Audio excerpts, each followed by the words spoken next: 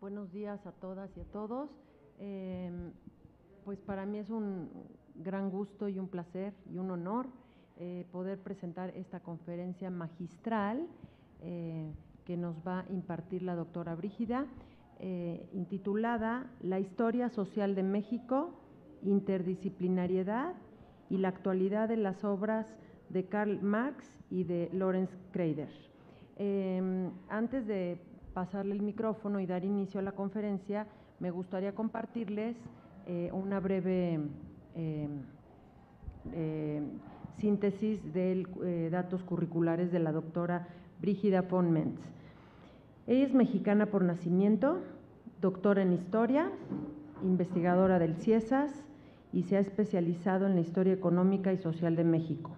Ha sido profesora invitada de la Universidad Libre de Berlín y de la University of Chicago de la UNAM, de la Universidad Iberoamericana, de la ENA también. Su especialidad es la historia económica y social y sus publicaciones versan sobre la presencia de los alemanes en México, sobre la historia de la minería, sobre la historia del trabajo, sobre los pueblos de indios y su relación con las haciendas, sobre la historia del azúcar y del actual estado de Morelos, y sobre la historia social indígena a partir de la documentación en náhuatl y pictografías. Sus últimas publicaciones versan sobre los señoríos indígenas y los reales de minas en el norte de Guerrero, sobre documentación en náhuatl y pictografías de Cuauhnáhuac, sobre economía política, sobre la derechización política actual y el fascismo. Su libro sobre el trabajo en México de la época prehispánica al siglo XIX está en prensa. Bueno, entonces, sin más, paso el micrófono a la doctora Brígida y damos inicio. Gracias. Muchas gracias por la presentación, Raquel. Agradezco mucho que me hayan invitado a esta conferencia, que realmente va a tener dos partes. Una parte es la parte concentrada en la etnohistoria, la historia, la parte muy concreta de historia social de México, con una visión amplia. Y la segunda parte es más la importancia de ciertas obras de índole teórico, filosófico, porque el mensaje prácticamente que quisiera dar con esta conferencia es que se debe de historiar, pero historiar teóricamente informados. Y por el otro lado, quien hace teoría, digamos pensando en los filósofos, los sociólogos, los antropólogos que generalizan, etcétera, los que hacen teoría que estén históricamente informados. En ese balance entre historia y teoría me parece muy importante, y muchas veces yo creo que nos enfrascamos en nuestra disciplina en exceso y no vemos no hacemos ese esfuerzo de hacer ese diálogo más general. En ese sentido, los objetivos de esta charla serán el distinto tipo de fuentes para la historia actual y económica de México, la interdisciplinariedad no solo de una antropología integral, arqueología, antropología física, lingüística, etnohistoria, historia, etnohistoria. En antropología física siempre pienso aquí en Gastón, que amablemente me invitó, pero también la importancia de conocer las ciencias exactas, o de estar al menos informado sobre las ciencias exactas del momento en el que uno vive. Finalmente, la tercera parte será para subrayar brevemente algunas ideas centrales de los Grundrisse o elementos fundamentales, que es la parte donde Marx habla de las sociedades precapitalistas, y combinar esa parte de los estudios de Marx con los estudios contemporáneos del siglo XX, prácticamente XXI, de Lorenz Kreider, y las propuestas de sus contemporáneos como Eric Wolf y Ángel Palermo. Ahora sí, por favor, empezamos con la primera parte, la primera diapositiva. Quisiera insistir en que la historia social es realmente multifacética. O sea, tenemos regiones, fuentes, técnicas que estudiar, y para eso México especialmente requiere de mucha historiografía regional basada en fuentes regionales, no nada más la visión desde el centro y desde las capitales y desde del poder de alguna manera. Luego, ¿por qué me regreso a Marx? Porque en el siglo XIX pienso, sobre todo en la primera mitad, todavía hay una visión no especializada de las disciplinas. Piensen en Humboldt, por ejemplo, o piensen en muchos que todavía no son nada más geólogos, sino que también son geógrafos, también son químicos, también son físicos. Entonces, creo que la especialización disciplinaria, aunque nos ayuda muchísimo a conocer a profundidad, también tiene el grave peligro de que nos perdamos en esa especialización. Por eso mi insistencia en el siglo XIX y en los dos pensadores de los que voy a hablar.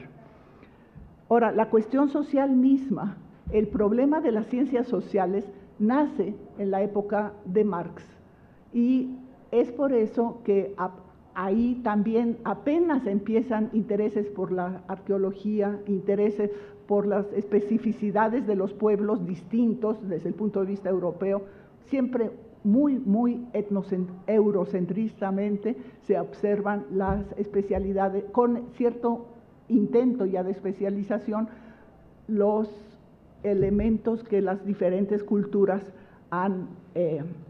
se han expresado para el siglo XIX. La siguiente, por favor. Entonces,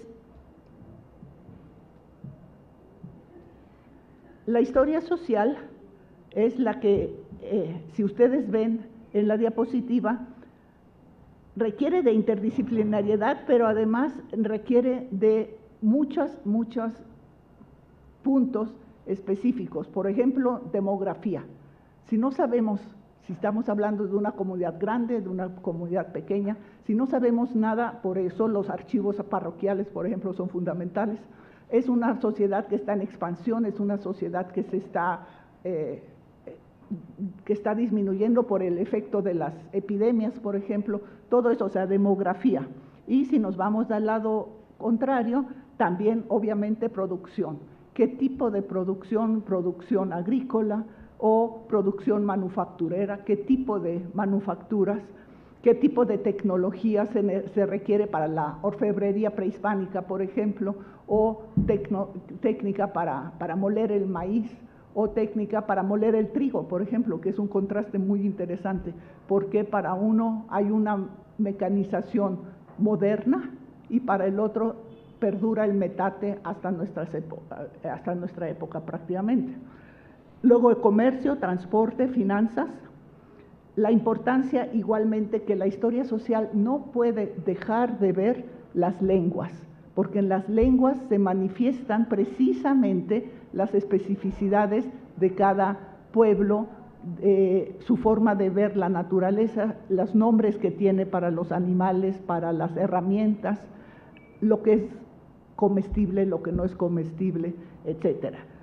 Lengua, conceptos, arte, ciencia, religión, rituales, fiestas, y en ese sentido puse, por ejemplo, abajo la forma de contabilizar por escrito en la época prehispánica con los sontlis, los pantlis, etcétera, etcétera, que es un documento escrito en 1540 que yo aquí menciono. Y la importancia de la contabilidad mucho más compleja como la contabilidad para realizar y tener calendarios, etcétera. Entonces, esa combinación de demografía, organización social, diferenciación por clases sociales, si hay o no hay, política, instituciones estatales, religión, rituales, fiestas, lengua, conceptos, arte, ciencia, comercio, tecnología, manufactura, producción, todo esto da un panorama global de lo que yo llamaría historia social, que claro está, se tiene que especializar. La siguiente, por favor. Entonces, si me especializo, nada más voy a tomar unos ejemplos de mi propia experiencia, como lo sería el norte del actual estado de Guerrero, donde tenemos una región muy específica, que es la que ven en el mapa. Está lugares mineros importantes como Huautla, Taxco, Zacualpan, Sultepec, Temascaltepec. No sé si ven el cursor. Y lo que más me llama la atención, porque tiene que ver mucho con la época prehispánica, está Ostuma, que es una guarnición mexica, y toda esta zona desde Temascaltepec hasta Tetela del Río es una zona de frontera prehispánica, o sea, una zona de guerra. Una zona de guerra, por lo tanto, con incursiones de un lado, con incursiones de otro lado, y la importancia de Ostuma. Entonces, ahora, esta historia regional, a partir de archivos sobre todo regionales, nos lleva a ver litigios por tierras. En este caso, estudia un documento del Archivo General de la Nación de Tierras, en la que se dan unos litigios entre unas comunidades de la misma zona. En estos litigios, lo que es muy interesante, ¿quiénes aparecen como testigos? Como testigos aparecen los mismos señores de cada zona. Y los de un lado, por ejemplo, dicen, es que mi abuelo estuvo cuando se pusieron las mojoneras con Izcoatl. Y el otro, el contrario, dice, no, pero mi abuelo estuvo en la época de Moctezuma el joven, etcétera. Entonces, esos litigios y lo que dicen, está todo escrito en estos documentos. Entonces, por eso hay que meterse a los documentos, aprender paleografía, uno se va acostumbrando, y entonces se da uno cuenta de la historia local, no vista por los mexicas, no vista por Durán y no vista en las crónicas X, que es muy importante para la expansión de los mexicas, pero no para la historia regional. Entonces, aquí, en este tipo de documentos, salen cosas muy interesantes porque son los mismos testigos los que están hablando. En este caso, por ejemplo, este señor Juan Tlacoexcalcatl habla, pero mediante dos intérpretes. No hablaban náhuatl, sino que lo que hablaba era chontal.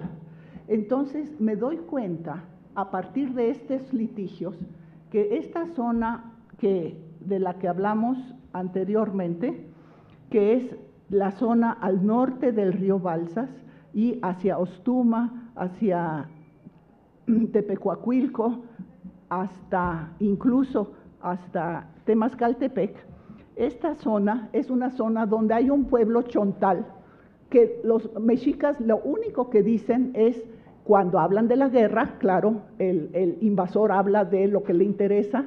Cuando hablan de la guerra, hablan de que en Ostuma hicieron la gran conquista y mataron a los miles de chontales y que ya no hubo chontales. Entonces, ¿qué han tomado los etnohistoriadores que se basan en las fuentes mexicas? Los chontales fue el gran genocidio y mataron a todos los chontales y desapareció la cultura chontal. Whatever, chontal nada más significa extranjero, significa bárbaro, algo así. Pero en realidad lo que puedo documentar gracias a este tipo de documentos es que los chontales ahí están. Y estamos en 1550 y la zona está llena de chontales. Es más, los mexicas no conquistaron, sino que solo hicieron unos enclaves. Entonces, el Ostuma es un enclave con Acapetlaguaya, hay otro enclave en Teloloapan que se llama obviamente Mexicapan, y Acapetlaguaya es un nombre que además nos dice mucho. Petlagua es bruñir y Acatl son las cañas. Entonces, el lugar donde se bruñen las cañas, o sea, el arsenal que obviamente en una zona de guerra, cerca de la gran guarnición de Ostuma necesitaban a mucha gente preparando las armas, y esa gente vivía en Acapetlahuaya, o sea, en el lugar donde se bruñen las flechas. Lo interesante, y eso me lleva a un artículo que escribí en Historia Mexicana sobre toponimia, que esa toponimia de Acapetlahuaya la encontramos en otras zonas también de guerra. Es decir, aunque todo cambia, hay ciertas cosas como la toponimia que nos puede todavía reflejar ciertas especificidades de la época prehispánica, de conflictos de guerra, por ejemplo.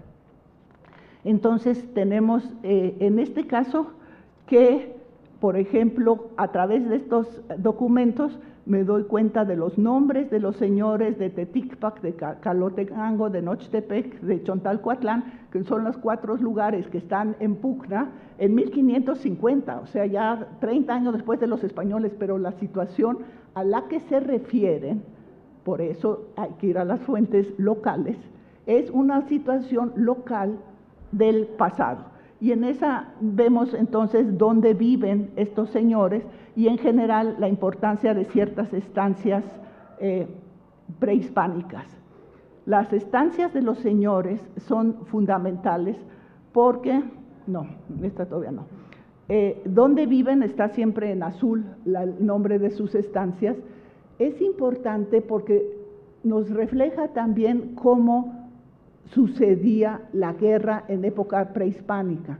Los mexicas invadían, efectivamente, pero no conquistaban y mataban a todos, o todos se iban a tener que ir a Tenochtitlan, sino que lo que hacían es dejar al señor local o a su pariente, digamos, y este señor asume los cargos en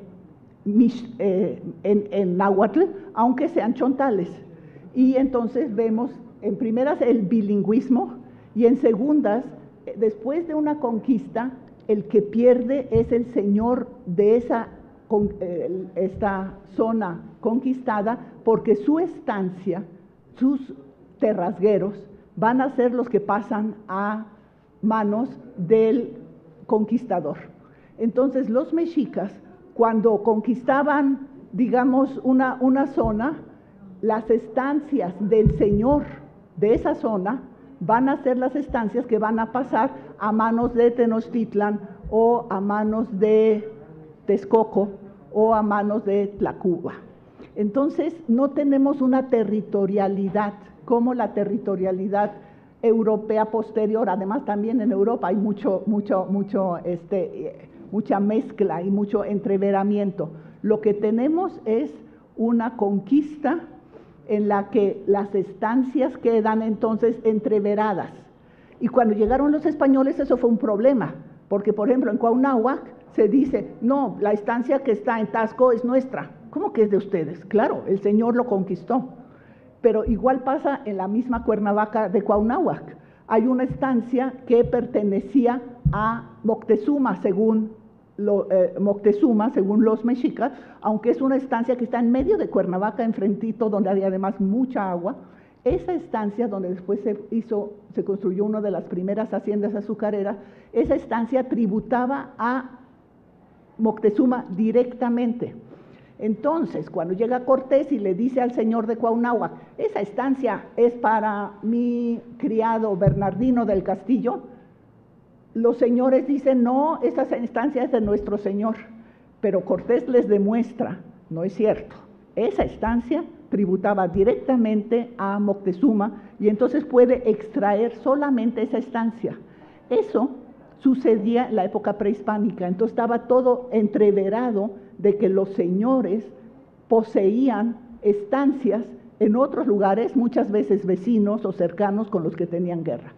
Por eso la importancia de las estancias y la importancia de los señores. En esta diapositiva, por ejemplo, muestro litigios que se dan a partir de Cuauhnáhuac y el papel de los señores. Estos señores que están en su Icpali y que van a recibir muchas prebendas y sobre todo van a recibir salario de los españoles como los señores locales. Estos señores, este es un códice que se llama de Coatlán, precisamente aquí arriba está la zona de Taxco, este es el Huixteco, que es uno de los cerros más importantes en Taxco, y esta zona es de Cuauhnáhuac. Pero este tipo, y hay otros señores aquí en Oxtepec también, porque a lo que voy es la importancia de los señores locales y que solamente estudiándolos en los documentos locales nos podemos dar cuenta de su papel. Ahora, si regresamos a Ostuma, el problema es los arqueólogos. Los arqueólogos y todos los que se basan en Durán, en la Crónica X, van a decir, Ostuma ganaron la guarnición y destruyeron a todo el pueblo. Y eso entra en contradicción con lo que como historiadores encontramos en los documentos. Hay todavía chontales, es más, son los predominantes en la zona, y hay una zona chontal que tiene su propia lengua, su propia cultura, y cuando se les pregunta a los testigos de esa época, dicen, sí, los chontales son los más antiguos, es lo único que sabemos de ellos, pero es un pueblo que vivió ahí y que solo con documentos locales vamos a poder historiar sobre ellos. Entonces, cuidado siempre con las generalizaciones de las fuentes hegemónicas, pero también obviamente las locales siempre esconden intereses. Entonces, como historiadores, lo que más tenemos que hacer es cuestionar las fuentes, pero encontrar las fuentes que nos hablen de aquellos que no tienen voz cuando solamente hablan los poderosos. Entonces, aquí vemos que sería ideal que arqueólogos estudiaran historia regional y a la vez que los que hacen historia regional lean la literatura de los arqueólogos para saber qué fue antes, de cuándo son, que lo que hacen los arqueólogos también, de qué fechas pueden hablar que hubo ocupación, qué tan densa la ocupación, etcétera. Entonces, realmente es importante la colaboración entre etnohistoriadores, antropólogos, arqueólogos, lingüistas, porque, por ejemplo, sobre la zona sonchontal o sobre la toponimia en esta zona, hay que consultar mucho a los lingüistas, hay que saber el idioma, no para platicarlo nada más, sino sobre todo para poder leer las lenguas cuando están plasmadas en documentos. Otro documento fundamental para la historia regional de los que quiero hablar es son censos de 1540, censos en náhuatl en grafías latinas. Eso nos lleva a toda una problemática lingüística, cómo vertir sonidos como las aspiraciones nahuas en letras. Unos religiosos pusieron una H, otros pusieron una coma arriba, etcétera. O sea, hay todo un problema de cómo la fonología puede pasar a ser petrificada en letras. Pero en este documento lo que tenemos es para la historia social un verdadero tesoro. Tenemos aquí, por ejemplo, cómo se utiliza la palabra calpulli. Calpulli se ha hecho toda una biblioteca de literatura sobre la religiosidad, el calpulli, los ritos, etc. Aquí el calpulli simplemente es barrio, el barrio de Ixtlahuaca. Entonces, si ustedes ven aquí arriba, dice en el documento, Ixca, Iquiev, Calpulli, aquí está el tercer Calpulli, y Tocayoca se llama Ixtlahuaca, Oncatlapachowa, Toribio. O sea, aquí está Ixtlahuaca, aquí domina o gobierna Toribio, que más que nada es el recaudador de los impuestos de esta zona. Y cada casa, aquí está Ixca, y Cali, la primera casa, y Tocayoca Toribio, y Sigua, su mujer se llama María, tiene tantos hijos, etc. Lo que vemos es que se registra casa por casa, nombre de los moradores, si están bautizados o no, edad, cantidad de tierras que tiene, tributo que paga. O sea, podemos hacer una historia de economía política, como diría Marx, a partir de documentos concretos, pero de una sociedad que nadie ha todavía estudiado en serio a nivel de sus documentos. Se han hecho muchas generalizaciones. Está Zorita, están todos los grandes escritores del siglo XVI españoles que dicen, aquí fue así. Los señores cobraban tributo, había Tecpan, había esto, había el otro. Esas son las generalizaciones que le servían al invasor para saber qué sociedad estoy aquí conquistando y cómo sacó el excedente que me interesa. Pero desde la misma sociedad anterior, cómo funcionaba, eso lo podemos ver en estos documentos, porque vemos cada casa, por ejemplo, quién repartía las tierras, quién tenía el dominio de las tierras. La pregunta, había una renta de tierras, sobre las tierras, los señores, cómo trataban a sus terrasgueros. En estos documentos, por ejemplo, me encuentro con un inspector que va a preguntarles a un cierto barrio, y ellos contestan en náhuatl, dicen, nuestros abuelos llegaron de Xochimilco, pero nosotros ya nos vamos a quedar. Y son los terrasgueros de un señor.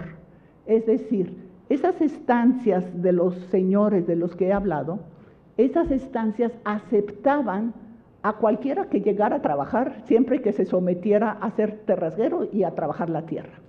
Entonces la tierra la distribuyen en sus estancias los señores.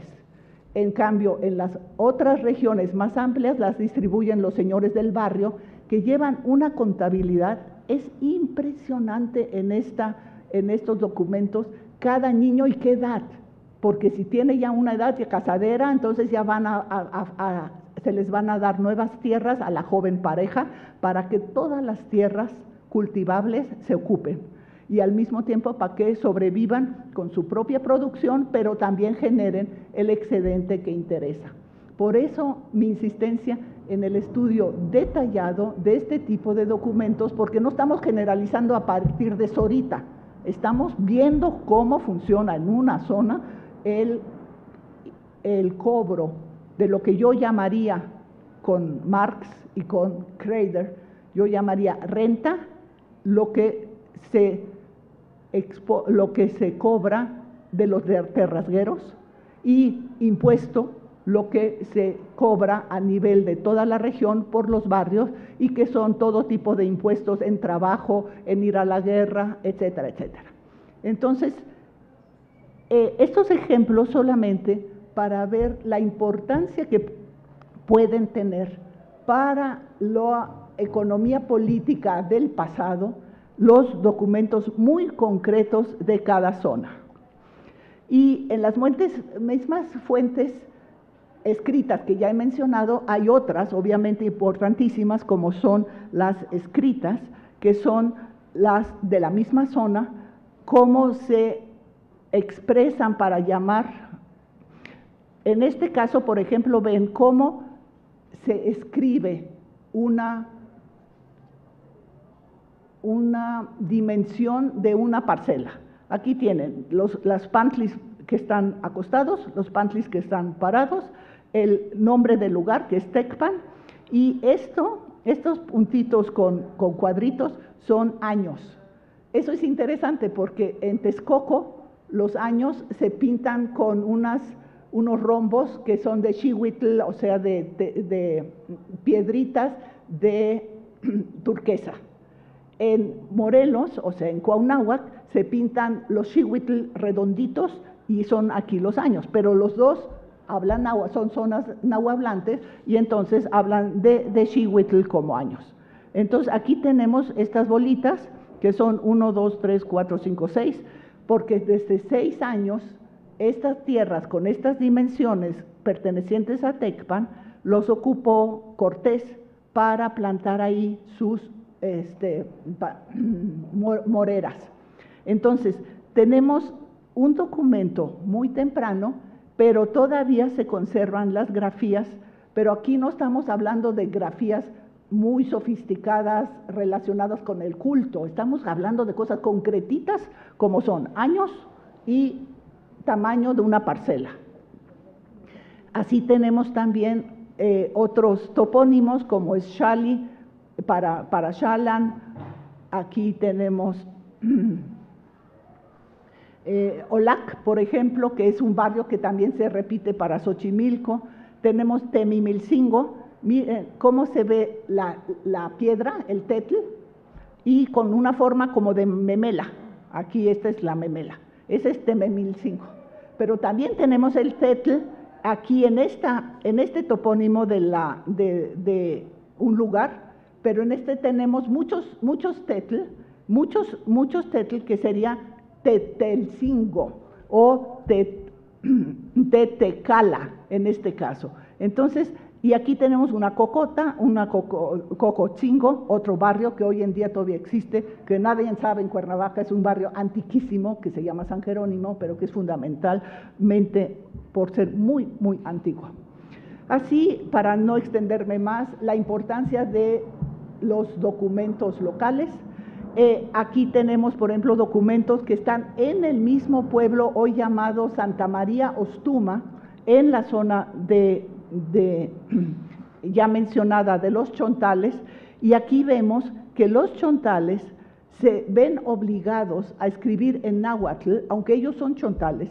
¿Por qué? Porque les exigen tributo y tienen que pedir recibos de los encomenderos o de los religiosos o de quien les exige el tributo y para decir ya pagamos y para ver mi recibo de que ya pagué, entonces, o el recibo de cualquier cosa de la constante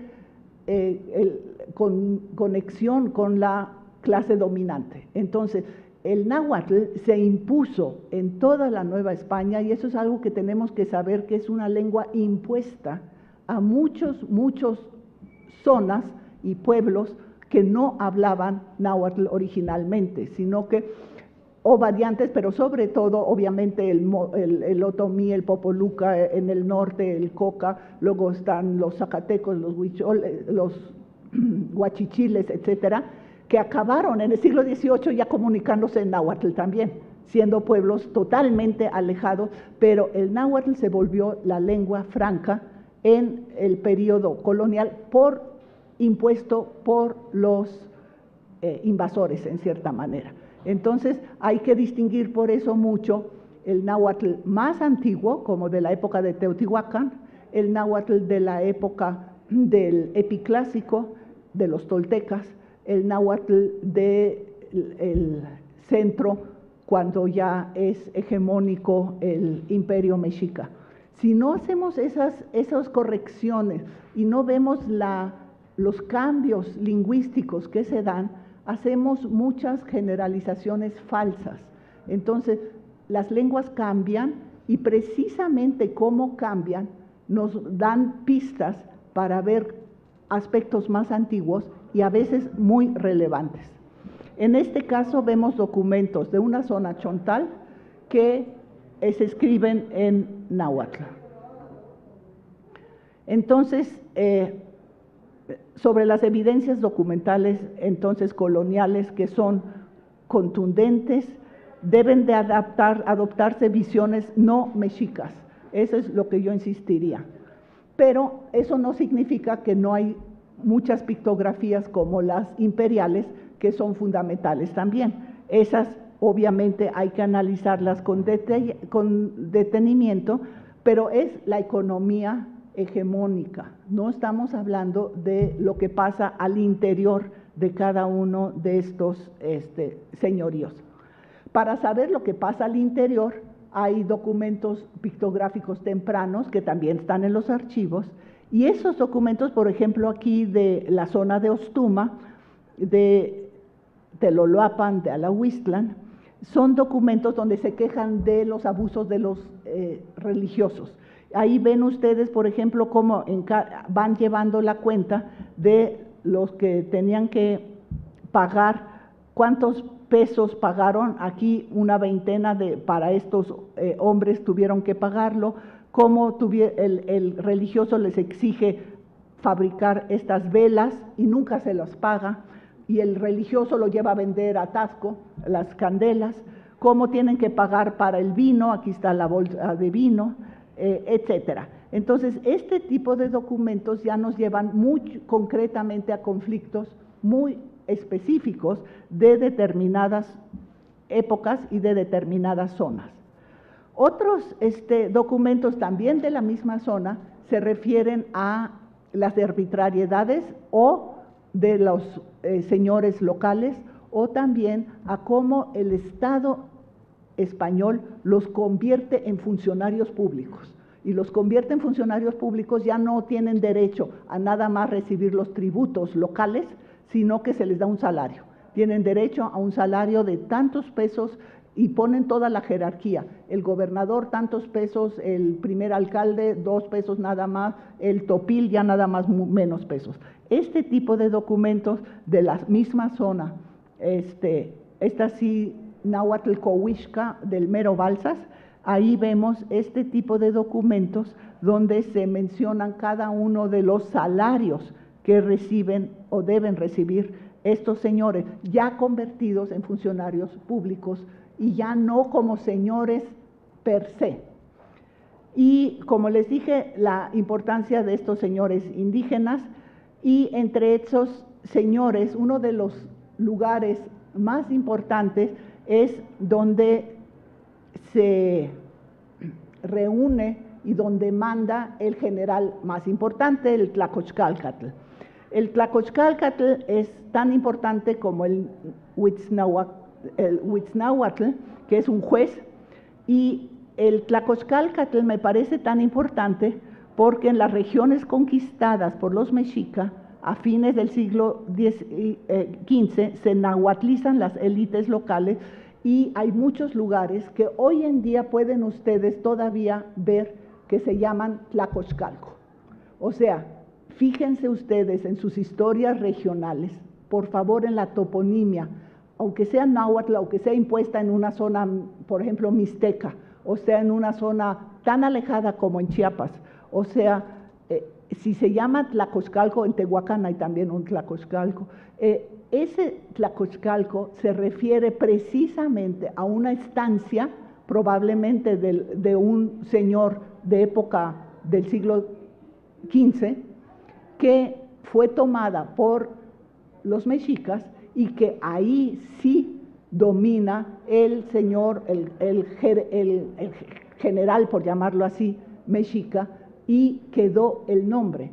Entonces, en el artículo que escribí para Historia Mexicana 2017 sobre la toponimia, un poco lo que yo propongo es que la toponimia es una manera de entrar distinta al pasado, y ahí la lingüística nos ayuda mucho, y se puede exagerar, hay que tener mucho cuidado, pero es tan obvio la toponimia huasteca, por ejemplo, hasta dónde llega, la toponimia náhuatl, que muchas veces en la zona de Oaxaca, por ejemplo, hay que poner siempre junto el nombre en mixteco, en zapoteco, en mazateco, en cuicateco, etcétera, para ver que es un nombre impuesto. El otro, o sea, la gente de allí le decían así, pero llegaron a renominar a veces son calcos incluso, pero la toponimia nos refiere al pasado de una manera de veras muy, muy importante,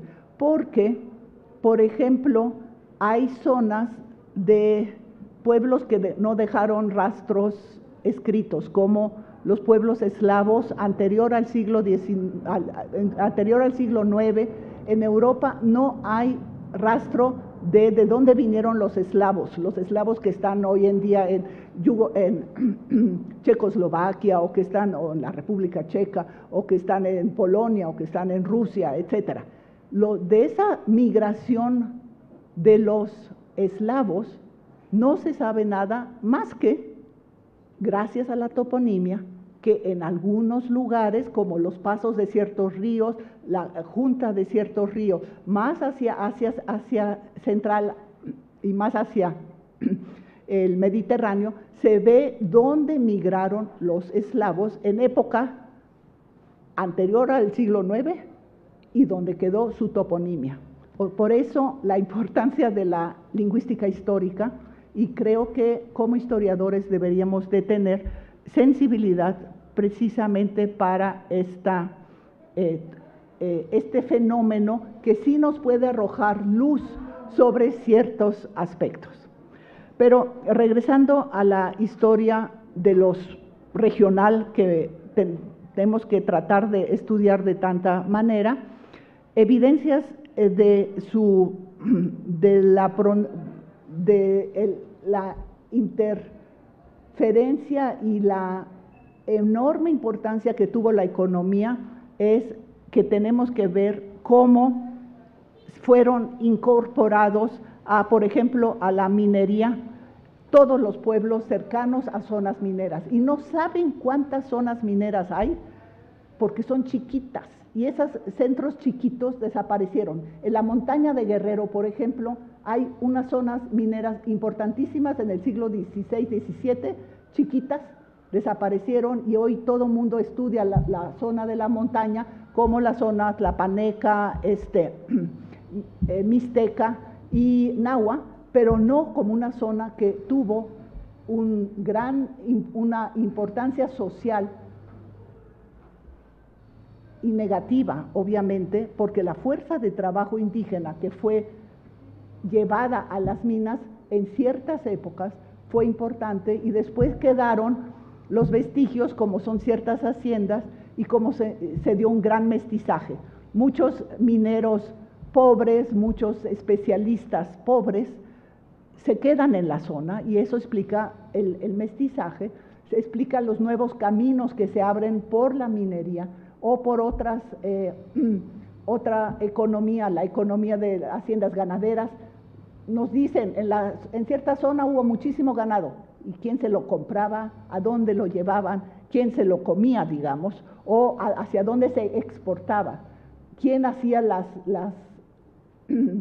pieles, quién las curtía, a dónde se vendían esas pieles curtidas.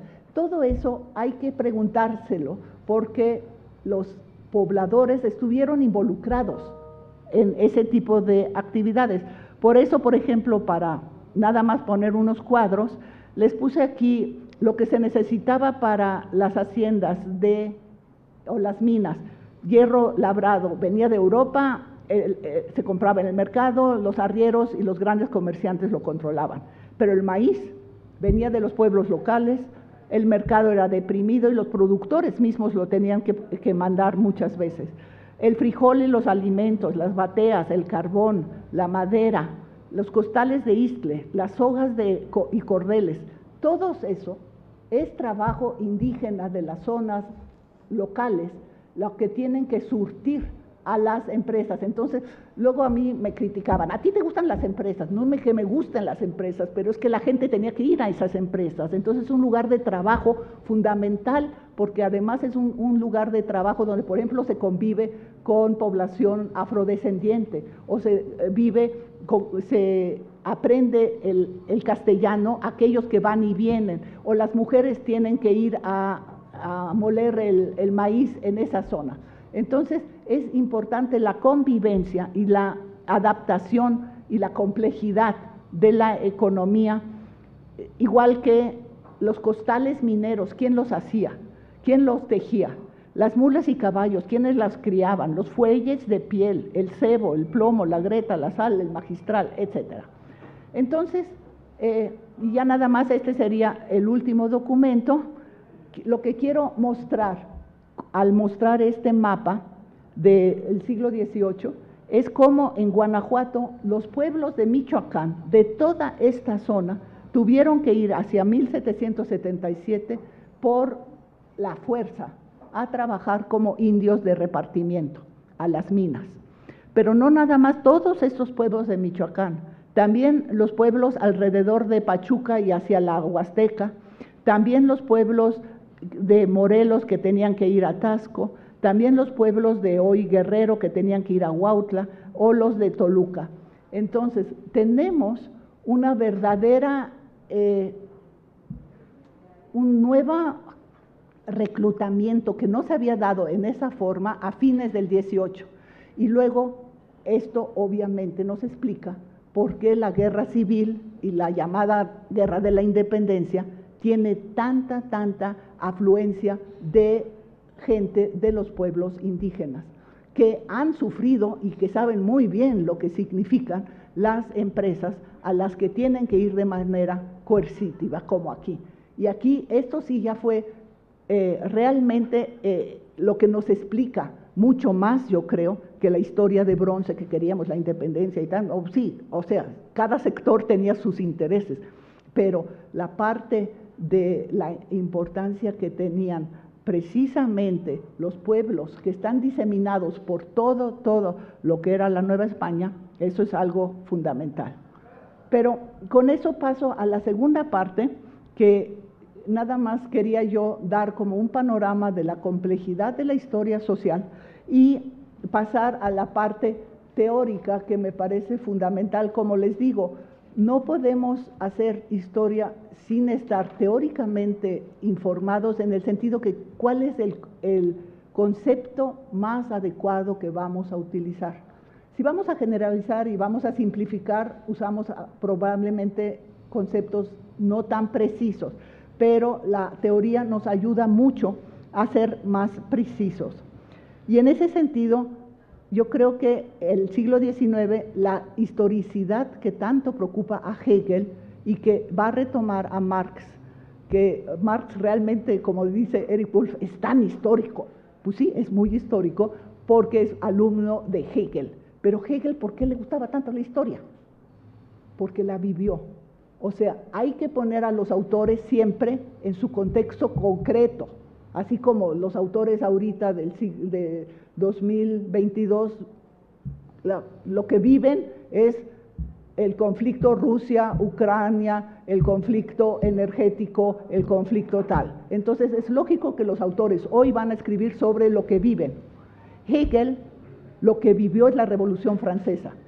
¿Y qué fue? No es nada más la Revolución Francesa, las transformaciones que se dan en Europa a partir de la caída, por llamarlo así, de toda una concepción del mundo estamental.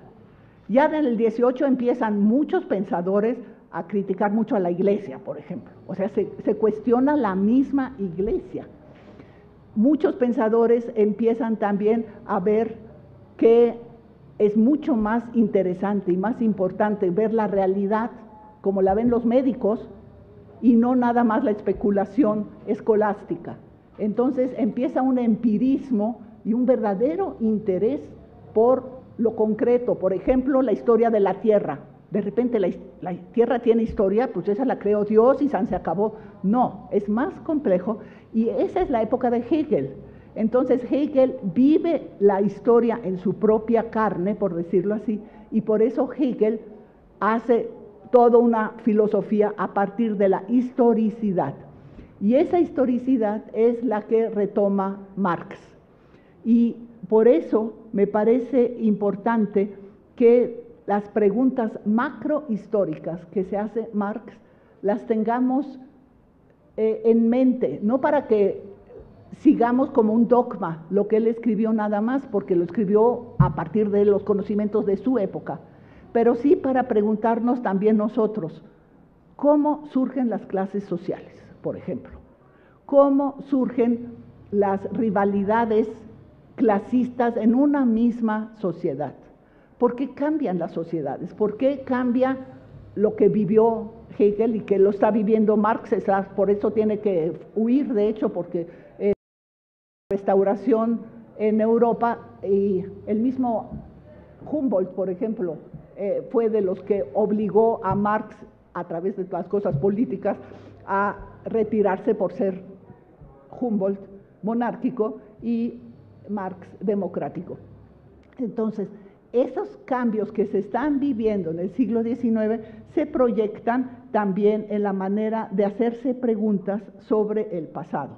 y de ahí la importancia de cómo produce cada grupo, y solamente de saber cómo producen, cómo acumulan, cómo viven cualquier pueblo, solo así podemos entenderlo.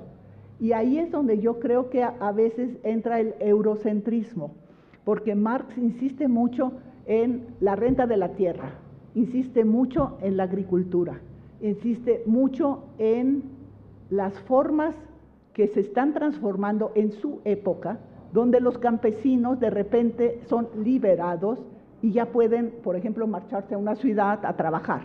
Antes estaban muy atados, el feudalismo, no saben ustedes, tienen que estudiar mucha historia europea para ver lo atado a la tierra que estaban en muchas zonas, muchos campesinos, sobre todo en Europa oriental, digamos, a partir del río Elba hacia el oriente, tenemos un feudalismo, refeudalización del siglo XVI, pero esa es otra historia. Pero esa liberación del campesinado lleva a fijarse mucho los europeos en la especificidad europea de la importancia de la tierra. En todas partes es importante para pueblos sedentarios.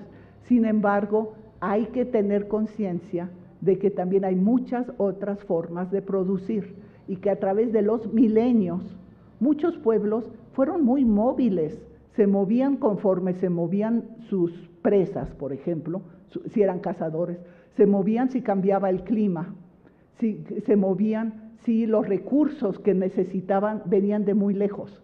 Acuérdense que para la época prehispánica tenemos la evidencia que de la costa del Pacífico de Ecuador y Perú llegaron a Michoacán, aquí, así de grandes distancias han viajado los pueblos para un recurso. Según Dorothy Hostler, es sobre todo las conchas, las conchas rosas que tanto interesaban a las culturas del sur y que llegaron y trajeron algo que aquí no había en esa elaboración, que es la importancia del trabajo de cobre. Y llegan precisamente a Michoacán. Y por eso insisto también en que hay que leer a científicos naturales. Incluso hay un frijol especial que llegó a Michoacán, que es introducido del Perú. Entonces no nada más traían la búsqueda, traían su cobre, también traían, bueno, venían por las conchas, pero también traían su frijol, y como todos viajan con sus alimentos, sus animales, sus plantitas que son curativas, porque no saben si donde van a llegar va a haber plantitas curativas de las que ellos conocen, etcétera. Entonces los pueblos se han movido muchísimo, y en ese sentido es tan fundamental tener conciencia de otros modos de producción que tienen que ver con cómo producen, cómo sobreviven, pero también cómo intercambian. Y esos intercambios, como dice Marx, generalmente en las orillas de los pueblos, y sí es cierto, es en las orillas donde llegan a ver, es que el vecino tiene algo que me interesa, etc. Pero al mismo tiempo también esas cosas como que poseen los otros y que los otros arrebatan como botín de guerra, va a llevar a unos conflictos tremendos. Pero el mismo concepto de poseer algo, conchas, porque estás en el mar, o de tener la propiedad de algo, ya nos lleva a los conceptos clave: propiedad, posesión y propiedad. O sea, Hegel y lo toman en el fondo, yo creo, del Quijote. El Quijote tiene una parte muy bonita en la que Don Quijote dice: aquella época dorada en la que no se conocía la palabra tuyo y lo mío. Esa época dorada que todos queremos, o sea, que sea una época de armonía, en donde no estamos peleando por lo que posee o tiene propiedad del otro, etc. Muchos pueblos, y nosotros todos, yo creo que lo proyectamos o a un pasado que idealizamos o a un futuro que también idealizamos, donde todos ya nos vamos a aportar de manera muy pacífica y donde nos vamos a respetar y donde no vamos a discriminar, etc. Pero esas proyecciones tienen que ver con ciertos conceptos que es bueno saber cómo sucedían en otras sociedades las maneras de regular o no de regular lo que es posesión y propiedad. Entonces, Marx se hace esas preguntas, sobre todo en el Capital, pero los elementos fundamentales o Grundrisse me parecen interesantes porque es ya la primera visión que Marx tiene de lo que luego va a ser el Capital y, por ejemplo, empieza con el intercambio, cosa que después en el Capital va a empezar con la mercancía, etcétera. Y tiene lo que son las formas precapitalistas en las que hace ciertas alusiones a épocas anteriores germánicas o del feudalismo o de épocas del Imperio Romano, hace muchas referencias, a los fenicios hace muchas referencias, pero son obviamente los ejemplos que él tiene en esa época. ¿Podemos ver la siguiente, por favor? Entonces, yo propongo que los trabajos de Marx, la siguiente, gracias, los trabajos de Marx y esas formas precapitalistas nos deben de inspirar, no copiar y no es dogma, pero el que más lo estudió fue Lawrence Crader, cuya foto lo ven en la siguiente, y Lawrence Crader en primeras es un etnólogo que estuvo conociendo a fondo Asia Central y trabajando con los pueblos pastores de Asia Central. Además del trabajo de campo en Asia Central, trabajó con los buirats en Siberia, hablaba perfecto el ruso, y también los chukchis en Alaska. Entonces tiene una visión Crader de etnólogo y de etnohistoriador, pero también estudió durante 10 años en Ámsterdam los cuadernos, toda la obra de Marx. Esa estancia lo convirtió en un verdadero conocedor con qué leía Marx en qué época, con quién se escribía, qué tipo de conocimientos adquirió a través de sus lecturas. Y por eso me parece que Crader puede ampliar no solo la antropología mundial, sino sobre Asia Central y discutir ese tema como es el origen del Estado, que no es fácil porque él lo que dice es que no hay, la misma palabra origen es un poco peligrosa porque parecería que algo se origina y luego ya vivió para toda la vida. Y no es así. Él lo que vivió en Asia Central es que se forman estados después de ciertos siglos en ciertas sociedades complejas y después por circunstancias específicas migran de esos lugares y desaparece el Estado.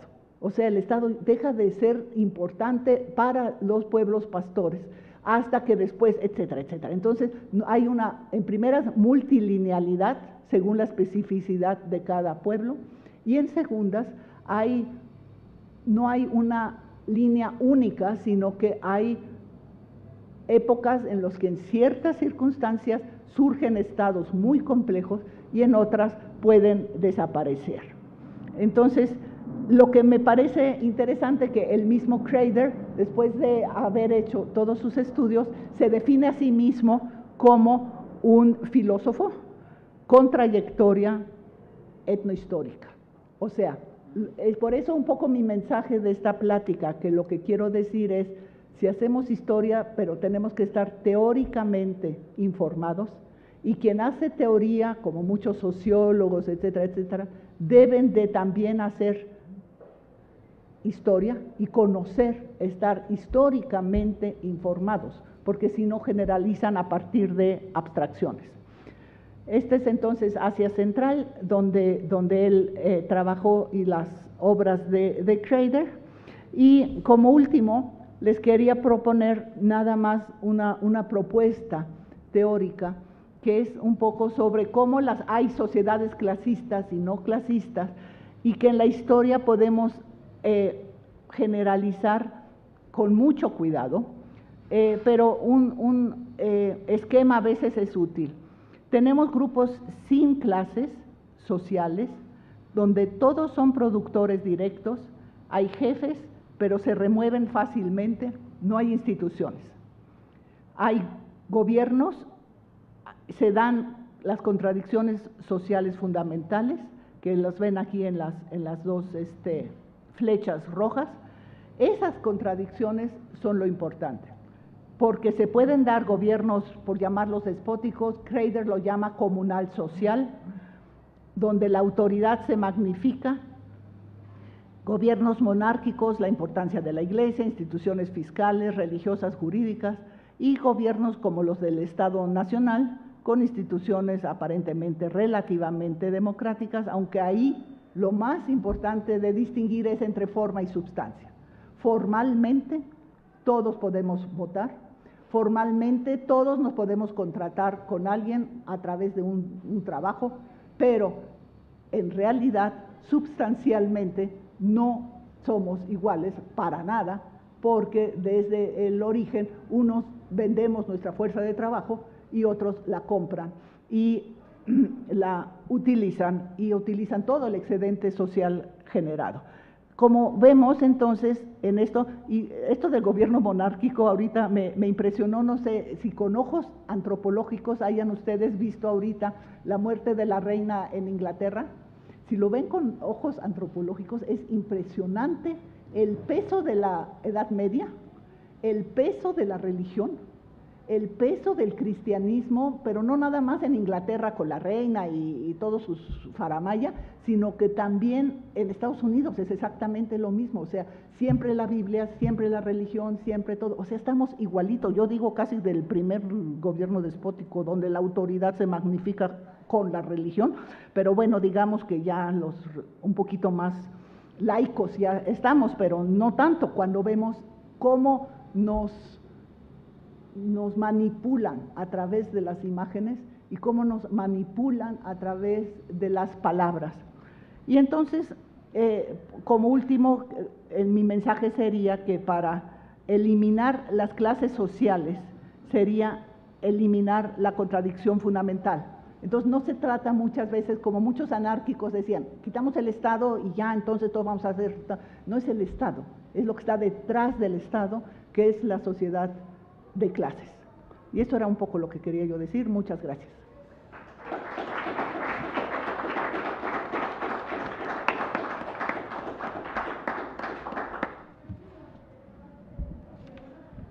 Bueno, pues no, fascinante, muchas gracias, Brígida. O sea, hay muchas cosas, ¿no?, que englobas. Bueno, aquí lo importante es darles la palabra a ustedes para preguntas, dudas, comentarios. Solamente que me gustaría, Gastón, ¿cómo ves si yo primero comienzo? Una y ya. Entonces, a ver, Brígida, yo te quiero, es entre pregunta y comentario el mío. Se me hace un reto enorme tu metodología y tu enfoque multifocal, y es un reto enorme que, digamos, como comentario, pero también como pregunta, o sea, lo que yo, como, a ver si me puedo explicar. O sea, lo que me impresiona mucho es cómo ordenas y cómo combinas como en dos dimensiones, a ver si lo puedo explicar, horizontal y vertical, es decir, mientras que tú hablabas en la primera parte de tu ponencia, yo pensé un poco en la Escuela de los Anales, es decir, la Escuela de los Anales francesa dice, no nos importa un acontecimiento, cuando Hidalgo dijo viva México, ¿eso qué? Eso no es lo importante es todo el proceso y cómo se van concatenando largos, medianos o más largos todavía procesos y no el hecho puntual. Por un lado, tener esta visión así larga, ¿no?, de periodos largos y de contextos largos, y a la vez cómo ordenas y combinas horizontalmente, digamos, actos concretos a partir de fuentes concretas y muy locales o regionales que te hablan de hechos muy puntuales, y cómo esos engranan en estos largos procesos, ¿no? Por un lado.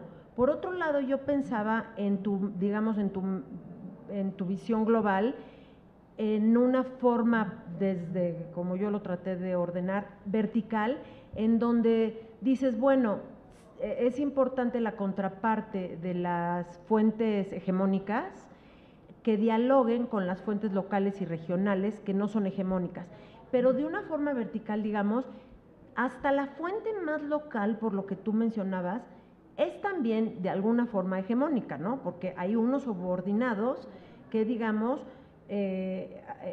hay un grupo de subordinados que, digamos, esos señores tienen su propio interés y su propia versión de las cosas frente quizá a un poder más hegemónico aún, que a su vez esos son unos subordinados. Entonces, de alguna forma se vuelve una escalerita, una jerarquización complicada, en donde, o sea, lo que es muy impresionante es, o sea, creo que el reto es que dialoguen todas estas fuentes y cómo combinas y ordenas esas versiones, pero que al final todas son poderosas y todas son de intereses personales, ¿no? Entonces, bueno, en esa forma como vertical, y la horizontal son estos procesos y cómo encajas ahí tus datos muy concretos del señor que está litigando y negociando sus tierras, ¿no? Y yo pensaba luego, con la segunda parte de tu ponencia, que, pues no sé, por decir, o sea, sí es muy impresionante este apego a la tierra desde estoy hablando en un contexto europeo, ¿no? Desde el feudalismo. Entonces, yo me imagino, un señor en el siglo XII, que trabaja para un señor feudal, que está en su castillito, y ese señor feudal, y entonces empiezan los movimientos campesinos, en donde ya están hartos porque no son libres, entonces yo prefiero irme a la montaña de pastor o irme de caballero andante a las cruzadas, y entonces empiezan estos movimientos, y entonces cambia la historia de ese señor apegado a su tierra, porque mejor se va a Jerusalén a las cruzadas y a ver si acaba de comerciante en algún burgo, etcétera. Entonces, ¿cómo hacer? Este es el reto, ¿no? ¿Cómo hacer de una pequeña historia local concreta que, como dices, tener el énfasis en todo este movimiento de la historia para pensar que a partir del apego a la tierra, no, pues al rato es un comerciante o es un pastor que ya está en Medio Oriente, ¿no? O en Constantinopla. No sé, estaba yo pensando algo así. Entonces, bueno, hasta aquí ya la dejo y bueno, eso es lo que me impresiona, cómo reunir todas estas visiones en un proceso histórico, ¿no? En una perspectiva histórica. ¿Puedo contestar rápidamente? Gracias, Raquel, por tus comentarios. Claro, tienes toda la razón. Los documentos son hegemónicos, pero también una pirámide es expresión de la hegemonía también. O sea, siempre perduran generalmente las huellas de los poderosos, y los poderosos se encargan de que perduren y de que se escriban y que se hagan y manipulan por eso.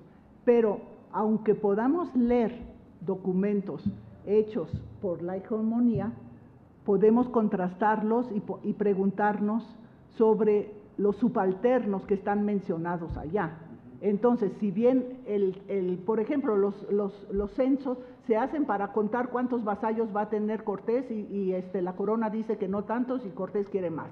Pero gracias a ese pleito de la élite, nos enteramos de cuántos hijos tiene, cómo les dan tierras, cuánto produce, cuánto tienen que entregar, quién los recoge, quién es el recogedor que va a cada barrio en época prehispánica, porque eso venía de antes.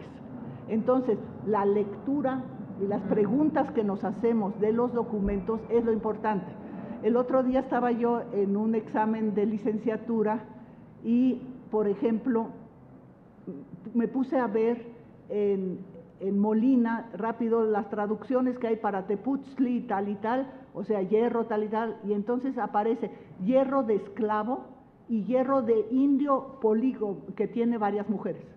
El hecho de que en un diccionario el mismo Molina, al escribir las palabras, pone ya el Teputzli, también me está dando, ya no me fui con la palabra, sino que fui con el hecho, que no lo subrayamos suficientemente como historiadores, que a los pobres indios, sobre todo de la élite o clase media, por llamarlo así, que tenían varias mujeres, los erraban.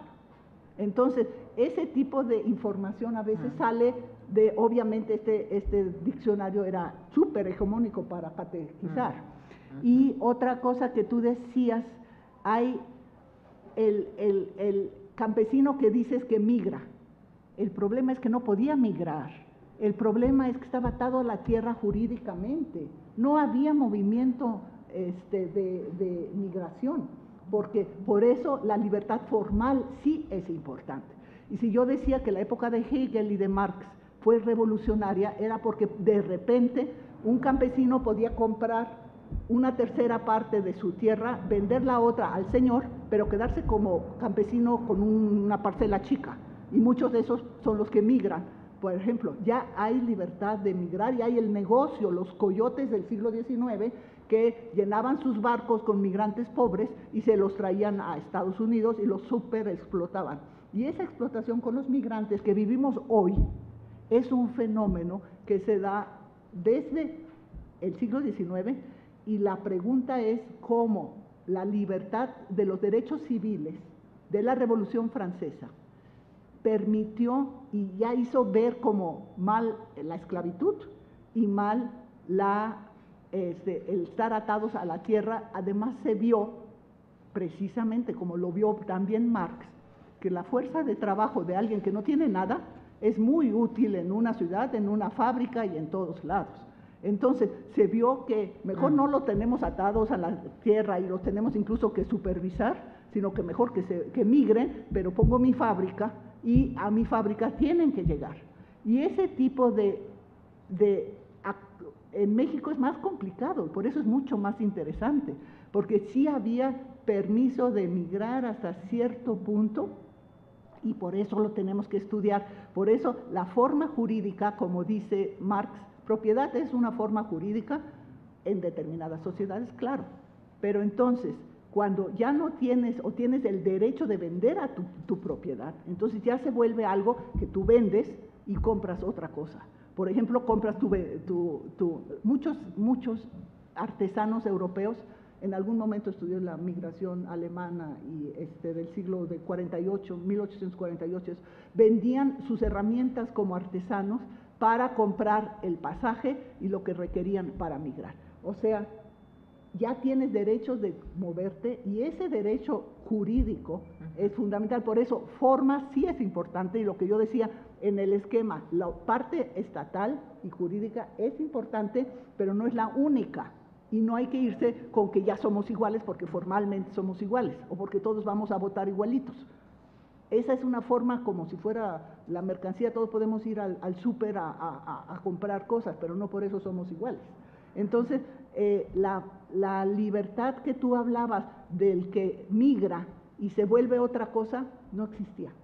Y eso también nos lleva a un problema que es muy, muy antiguo, que es el antisemitismo en Europa. Tiene mucho que ver con la migración. O sea, mientras los judíos no tenían derechos en los diferentes estados europeos, a partir de la Revolución Francesa y de los derechos civiles y de los derechos individuales y de las constituciones nuevas de los nuevos estados, a partir de la época napoleónica, les dan libertad de migración a muchos grupos, entre ellos los judíos, que vivían en muchos guetos y en muchas zonas y que eran comerciantes activos, etcétera, pero podían ya migrar. Entonces, la gran migración hacia las ciudades de muchos judíos europeos, de la zona de Polonia, etcétera, a Berlín, nos explica desde 1800 y tantos, por un lado, una cierta asimilación enorme. Si ven ustedes, los literatos, los pensadores, los músicos, Mendelssohn, todos son de origen judío, perfectamente adaptados a ser alemanes y ya. Y los otros tienen acceso a muchos comercios, pero se genera un enorme desprecio y una enorme rivalidad. Entonces, la migración masiva, y hoy en día vivimos migraciones masivas, repercuten de manera profunda en los estados.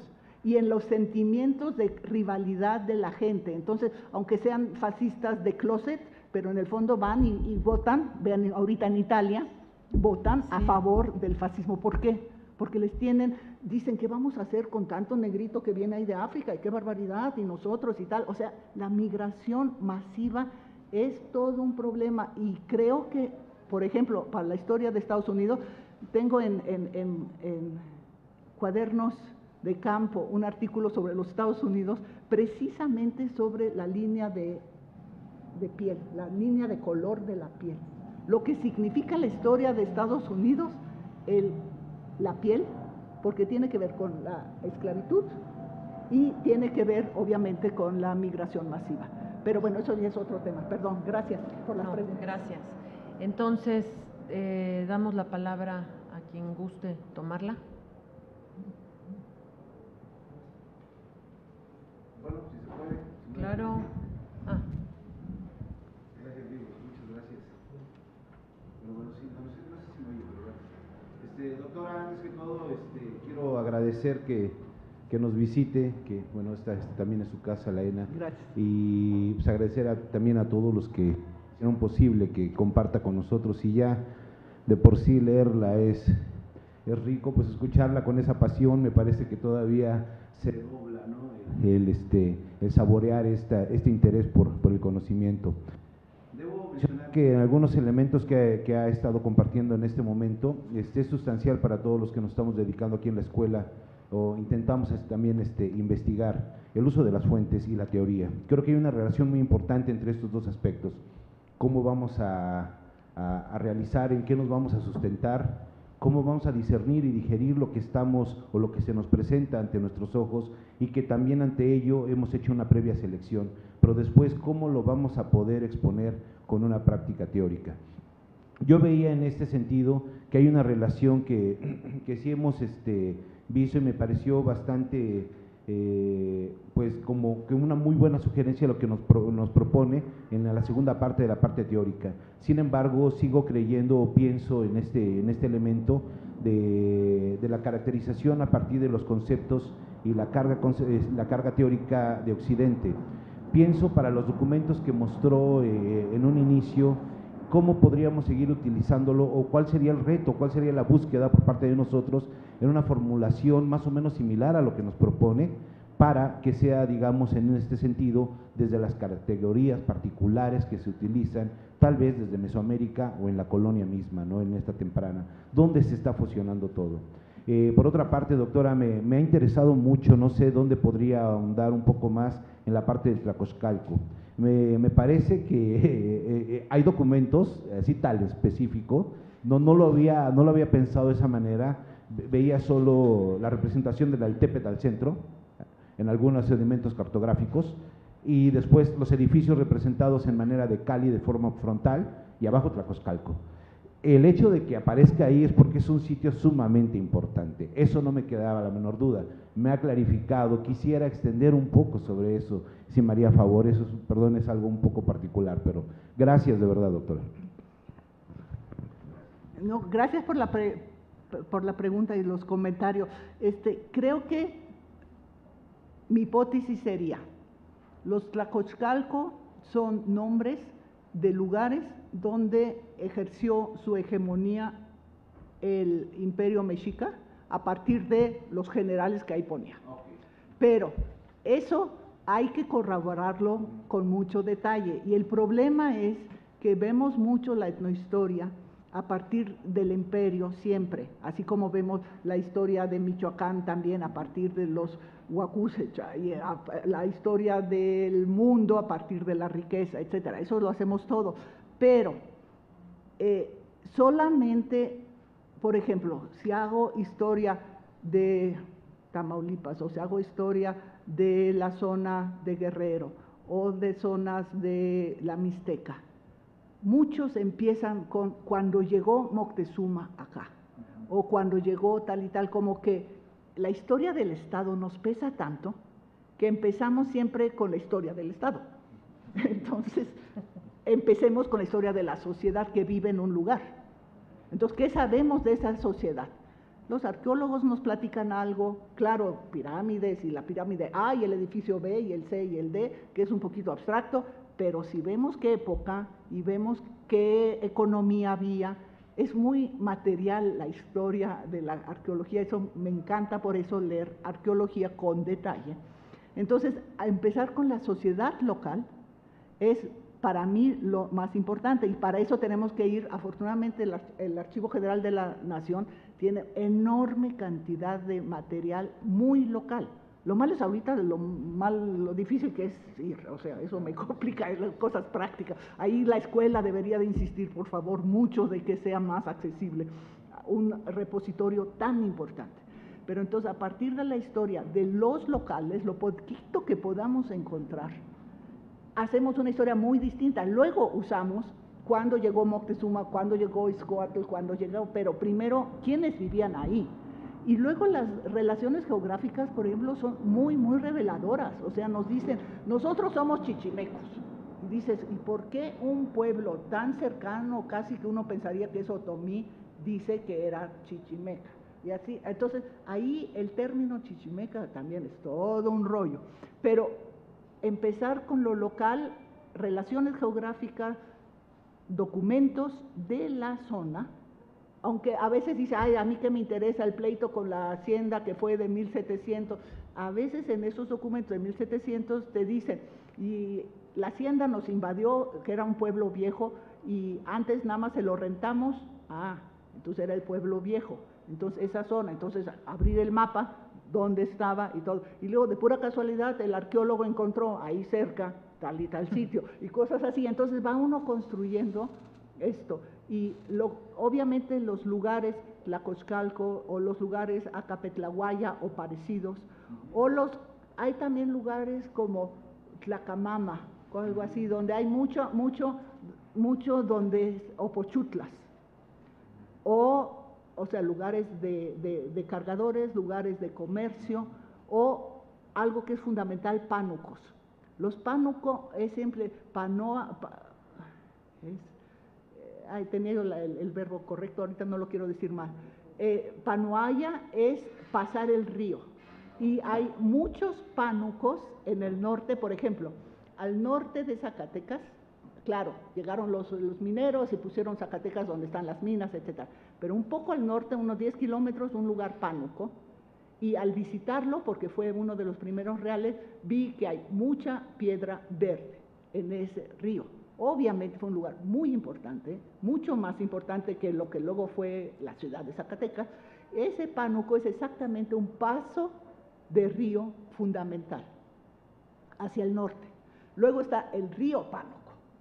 Llegaron los españoles y ahí está Carvajal, que si pasa o que si no pasa el pánuco es la frontera. Entonces, hay para los pueblos móviles, que uno diría, ¿cómo vamos a hacer ahí la historia si no se movían? Pero hay cierta posesión, por eso el término posesión es importante, posesión territorial, que todo mundo lo respeta, porque cuando van los españoles a su expedición, los religiosos, pero claro, primero los soldados y luego atrás los religiosos, y entonces el guía les dice, bueno, pues yo hasta aquí los llevo porque ya de por allá, esos están en guerra con los míos y mejor ahí ya no los llevo. O sea, hay fronteras, y por eso hay otro pánuco creo que es Sinaloa, importante, también fue Real de Minas. Pero esos pánucos, por ejemplo, son nombres que es un poco como Tlacochcalco, es que los nombres nos pueden decir cosas. Y entonces sugiero, por eso, en el artículo de Historia Mexicana, propongo eso, más o menos. Es una hipótesis. ¿Sí? Historia Mexicana 2017. Perdón, por eso entonces la importancia de la toponimia representada en los documentos no se puede deber exclusivamente a configurarlos como mapas, sino que tal vez obedecer a un sistema distinto como el que está proponiendo. Sobre la representación de mapas ya nos vamos a otro lugar, ¿sí? O sea, una cosa es que geográficamente hoy en día se hayan conservado ciertos nombres. Sí. Esa es una cosa. Otra cosa es cómo se representan ciertos nombres y ciertos lugares, y ahí han podido desaparecer muchos nombres.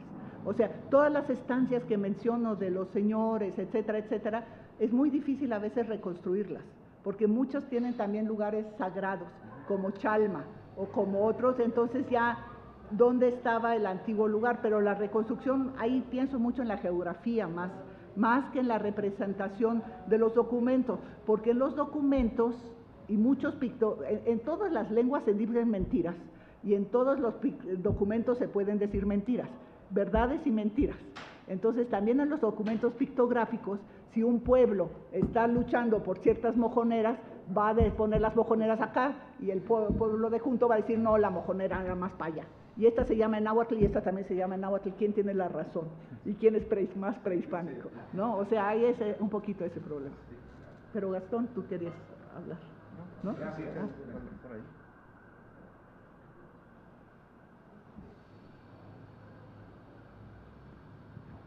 Bueno, primero que nada darle las gracias por su plática, fue bastante interesante. Respecto al dato que daba sobre la montaña de Guerrero, sobre las minas que estaban en la época prehispánica y todo eso, bueno, yo no he encontrado muchos datos al respecto de la parte histórica, sobre todo me he enfocado como a estudios más actuales, más contemporáneos, pero me llamó la atención, no sé si existan datos donde estén, bueno, donde se ubiquen estas minas, o solamente se mencionan, o si se ha indagado más, no sé si pueda como darme alguna referencia o algo para indagar sobre esto. He visto históricamente, por ejemplo, como el intercambio de plumas o de materiales como los productos de la miel o otro tipo de cosas, ¿no? Pero sobre minas no he encontrado, bueno, no he indagado en esa parte. Sí, lo interesante de la zona de la montaña y de Tlapa es la riqueza de oro de placer para la época prehispánica. Entonces tenemos que distinguir mucho entre la metalurgia prehispánica y la metalurgia colonial. La cosa es que la colonial llega luego, o sea, llegan con los primeros conquistadores, ya ponen a sus esclavos, muchos indios, esclavos, o como decía Cortés, dice de sus esclavos, mis indios, Xalisco, son indios que vienen de Xalisco, claro, o sea, Ñuño Guzmán y todos ellos hicieron una esclavización espantosa y pusieron a esos indios a trabajar en el lavado de oro. Entonces, para la época prehispánica, el lavado de oro fue fundamental y se hacían las placas que incluso en el Museo del Templo Mayor se ven cuadraditos exactamente como están en el Códice Azoyú. Entonces el Códice Azoyú es fundamental para eso, y la tesis de Blanca Jiménez sobre el Códice Azoyú y sobre los caciques de Tlapa es una tesis importante. Ella es arqueóloga. Pero entonces tenemos y un tema todavía a estudiar sería la minería de cobre en la época prehispánica, porque de eso no hay más que lo de Hosler, un poquito hay algo sobre la Huasteca, pero falta mucho que profundizar en la minería de cobre en lo que hoy es Guerrero también, y Guerrero en Michoacán.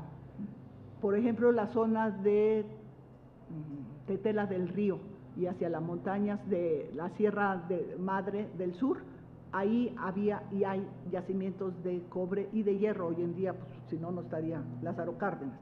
Pero muy distinto, entonces, la metalurgia colonial. Y el oro los llevó a los encomenderos, conquistadores y primeros españoles a conocer más las regiones, y luego se dieron cuenta de los afloramientos de plata. Tales afloramientos hubo cerca de Chiautla, y tales afloramientos hubo cerca de la zona mixteca, que está en el límite entre la montaña y la zona mixteca, pero eso ya es colonial. Sí, y su pregunta era más a la prehispánica, ¿verdad? Sí, bueno, las dos partes. Sí. Sí, sobre todo porque, bueno, he visto más que nada que, por ejemplo, la minería ahorita está más enfocada en la parte contemporánea, se puede decir, en la zona de Malinaltepec, hacia el sur de la montaña, a la montaña alta, pero justamente de la parte prehispánica o colonial no he visto datos, como también que ubiquen, en estas poblaciones era donde se trabajaba o algo así. Entonces esa era mi idea, porque pues también he visto que hay muchos pueblos que han desaparecido y que nada más están mencionados en algunos documentos, entonces, pero pues no se han ubicado como exactamente en dónde estaban, ¿no? Entonces también me llama la atención esto de las minas, en dónde más o menos estaban ubicadas. Claro, claro, pero yo creo que ahí sí hay que trabajar con mucha paciencia.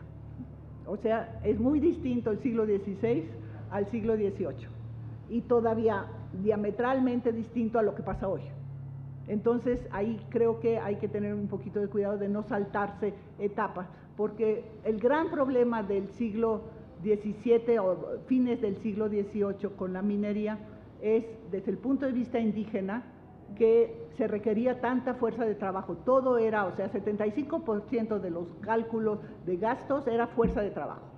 Y la gente, la epidemia había acabado con las comunidades indígenas. Entonces, en una época de gran crisis demográfica, todavía sufrir la semiesclavitud a las minas, que era temporal, pero era esclavitud, desde mi punto de vista, eso hay que documentarlo con mucho detalle.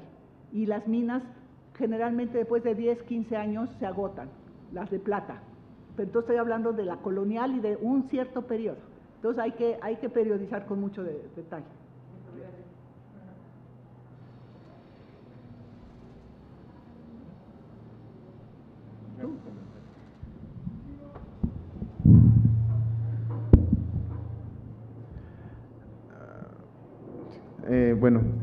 Pues muchas gracias, nada más, estuvo muy interesante. Yo lo estuve escuchando, cuando estuve escuchando me surgieron demasiadas cosas. O sea, es que entre la migración, entre el Estado, el uso de manejo de fuentes, en el contexto del trabajo interdisciplinario sobre todo, porque como antropólogo físico que soy,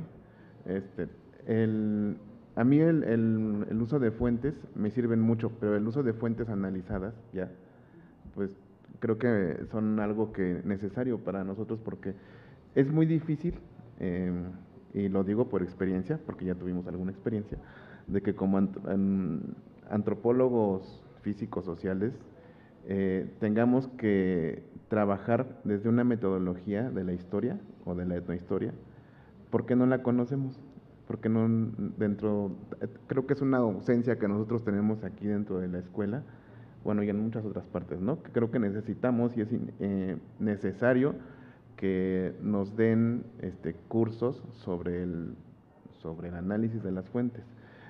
Mencionabas hace un momento que ahí está el archivo general lleno de cosas, ¿no? Yo una vez fui, y no he vuelto a ir porque me encontré con un monstruo que no supe qué hacer con él. Entonces, y lo mismo sucede para cualquier otro tipo de fuentes, ¿no?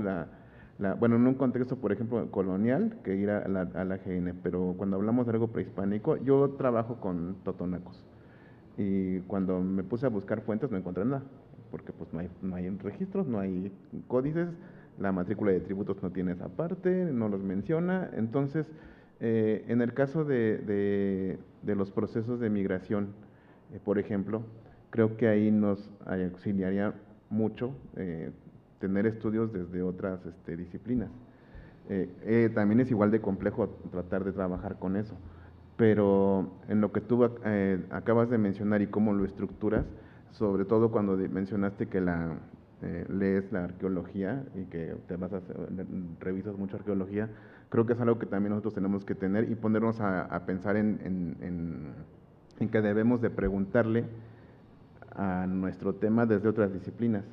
Precisamente ayer alguien hablaba por acá, que está por acá enfrente, de cómo utilizar otras metodologías o verlo desde otra perspectiva. Me recordó mucho ahorita que tú decías que hay que ver primero la sociedad antes, porque precisamente es lo que estaban mencionando ayer, ¿no? Que hay que tomar en cuenta primero el contexto antes de llegar ya con algo predeterminado y pensar que pues esto, no sé, a lo mejor esto es un tatuani y pues entonces tiene que tener ciertas características de que pues es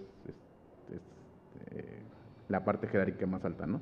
Entonces hay que preguntárselo desde otra perspectiva y creo que es muy importante hacerlo desde todas las disciplinas. A mí me gusta mucho cómo lo manejas y cómo lo explicaste ahorita, porque me ayuda mucho para poder entender precisamente este tipo de trabajos interdisciplinarios. Precisamente el objetivo que tenemos ahorita con este congreso es que escuchemos desde todas las disciplinas de la antropología y poder integrarlas, más allá que aislarlas, porque están muy aisladas aquí una con otra. Entonces creo que esto es algo que es sumamente necesario para todos nosotros. Y bueno, es más comentario que pregunta lo que quería hacer. Quizás lo del aislamiento de las disciplinas de veras es un problema, por eso mi fascinación por el 19, por aquellos que todavía abarcan tantas disciplinas, y más que nada yo creo que es un problema también de estructura. O sea, la academia, las universidades están organizadas por disciplinas, o estudia uno historia, o estudia uno geografía, o estudia uno sociología, o estudia uno antropología. Entonces, eso ya nos está compartimentalizando de una manera arbitraria, totalmente arbitraria, porque si nos interesa la sociedad, por eso mi esquema al principio, o sea, si nos interesa la sociedad, nos tiene que interesar desde la demografía y la lengua, las artes, la religión, pero igual la forma de producir y las manufacturas, etcétera. Entonces, estar abiertos significa, yo creo que también mucho lecturas, o sea, los arqueólogos leen arqueólogos, los historiadores leen historiadores, los antropólogos leen antropólogos y empiezan con Malinowski. Ok, o sea, eso es la especialización, pero si uno quiere, la sociedad nos debe de interesar tanto qué sucede en una isla en el Pacífico, como nos tiene que interesar hoy cómo operan los racismos que estamos viviendo. Entonces, tenemos que interesarnos por todo y mi recomendación es solo un poco seguir a gente que ha leído mucho, como lo es Marx, como lo es Crater, como lo es Eric Wolf, como lo es… de veras leyeron mucho. Y si ustedes vuelven a leer a Eric Wolf y ven su bibliografía, de veras leen de todo. Entonces, no es nada más, por ejemplo, cuando uno habla de Marx, el dogmatismo, la revolución, Lenin y Pleyanov, etcétera, no nada más eso. Marx académicamente, por su versatilidad, realmente se la pasó leyendo. Entonces, para mí, el modelo es alguien que lee mucho, y lee mucho de todo. Entonces, y luego ve uno cosas así, o sea, leyendo sobre la arqueología de los californianos, un señor gringo que escribió un buen estudio sobre la arqueología de los diferentes grupos en California, y luego veo las imágenes que tiene, los petrograbados, se parecen tanto a los petrograbados que nos presentaban en el seminario de Guerrero, sobre Acapulco y de esas zonas, que digo, mira, ¿y por qué no se han puesto a platicar un poquito más los arqueólogos de esta zona con los de la otra zona? Porque los mares o los ríos son los grandes lazos de comunicación. O sea, yo mencioné lo del cobre que vino del sur, la tecnología, pero ¿cuánto no viene a través de los contactos, incluso geográficos? Por eso lo de la geografía de veras es interesante también, porque uno ve hasta las empresas. ¿Por qué la Volkswagen está en Puebla? ¿Y por qué la Nissan estaba muy fuerte, todavía está en Cuernavaca? O sea, está el mar, está Veracruz, está Puebla, y está luego México tal. Entonces les llega cerca de Veracruz a Puebla a los alemanes que vienen de Europa, y a los japoneses que vienen del Pacífico, llegan a Acapulco y les queda cerca a Cuernavaca. Hay cierta lógica espacial también. Entonces, por eso estudiar la forma de producir, sea de los cazadores recolectores, o sea de una empresa muy sofisticada, es siempre algo interrelacionado espacialmente también, porque de dónde te queda más cerca acá, te queda más lejos acá, etcétera. Entonces, yo creo que combinar disciplinas, como lo hacen ustedes, es mejor que aislarlas, y lo que podemos hacer en contra del aislamiento es leer a los otros, ni modo. El antropólogo, el arqueólogo nunca me va a leer a mí, nunca, ya lo sé, y de todas maneras yo los cito a ellos mucho. Y igual va a pasar con los historiadores regionales, nunca van a leer a los arqueólogos tampoco, pero los arqueólogos mismos creo que se enriquecerían si no conocieran mejor qué pasó con esa sociedad que ellos estudiaron en Xochicalco en siglo VIII, qué pasó después con esa sociedad. Eso de veras enriquecería a los arqueólogos, porque de Xochicalco todavía hoy hay una calzada que pasa por Temisco, que todo está conurbado y todo tal y tal, pero la calzada que iba de Xochimilco, derechito en dirección hacia el Estado de México, hacia, en cierta manera, hacia Chalma, por decirlo así, esa calzada todavía existe. Entonces, al arqueólogo le debería de interesar eso también. O sea, ¿me entienden? Los vínculos entre la geografía y el otro. Entonces, ojalá que los arqueólogos lean más historia y ojalá que los historiadores lean más arqueología. Pero igual es para épocas posteriores. Es imposible que alguien que estudie minería del siglo XVI no sepa lo que pasa hoy con la explotación minera a tajo abierto que se echa la sierra entera, ¿no? Entonces, yo creo que hay que leer mucho, es mi única recomendación. Y de todo. Buenas tardes, doctor.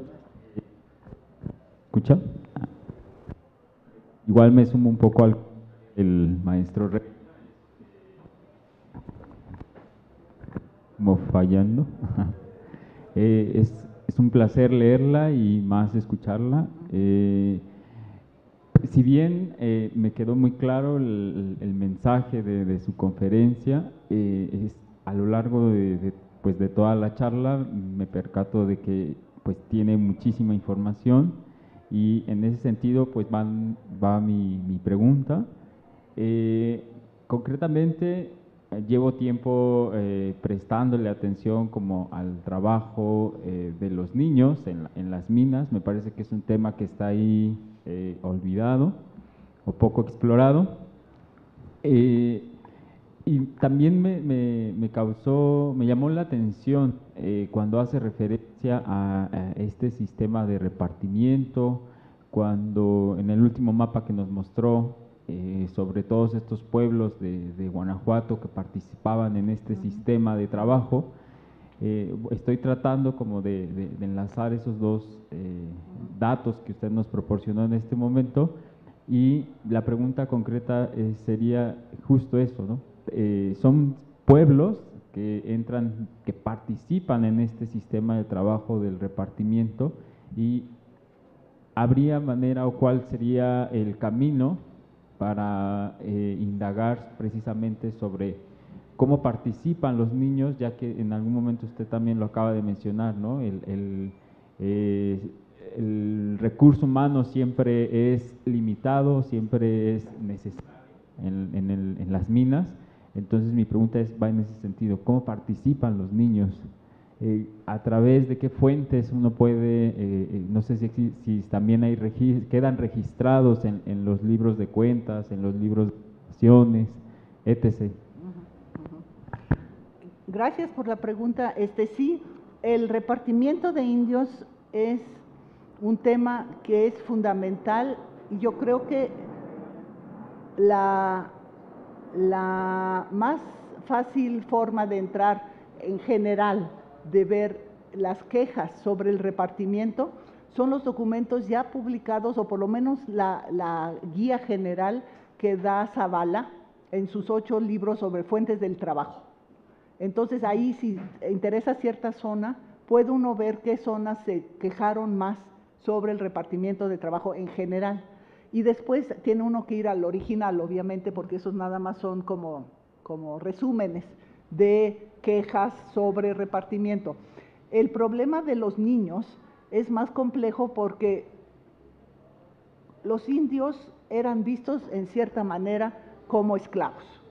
Entonces, aunque legalmente no lo eran, y sí hay libertad de movimiento, no lo podemos comparar directamente con el indio, con el siervo de la gleba, Y por eso Humboldt habla mucho de que son relativamente más libres que en Europa los campesinos, en el sentido de que hay movilidad relativa, porque como tenías que pagar tributo, tu gobernador se fijaba que no migraras de tu pueblo porque tienes que pagar el tributo, etcétera, etcétera.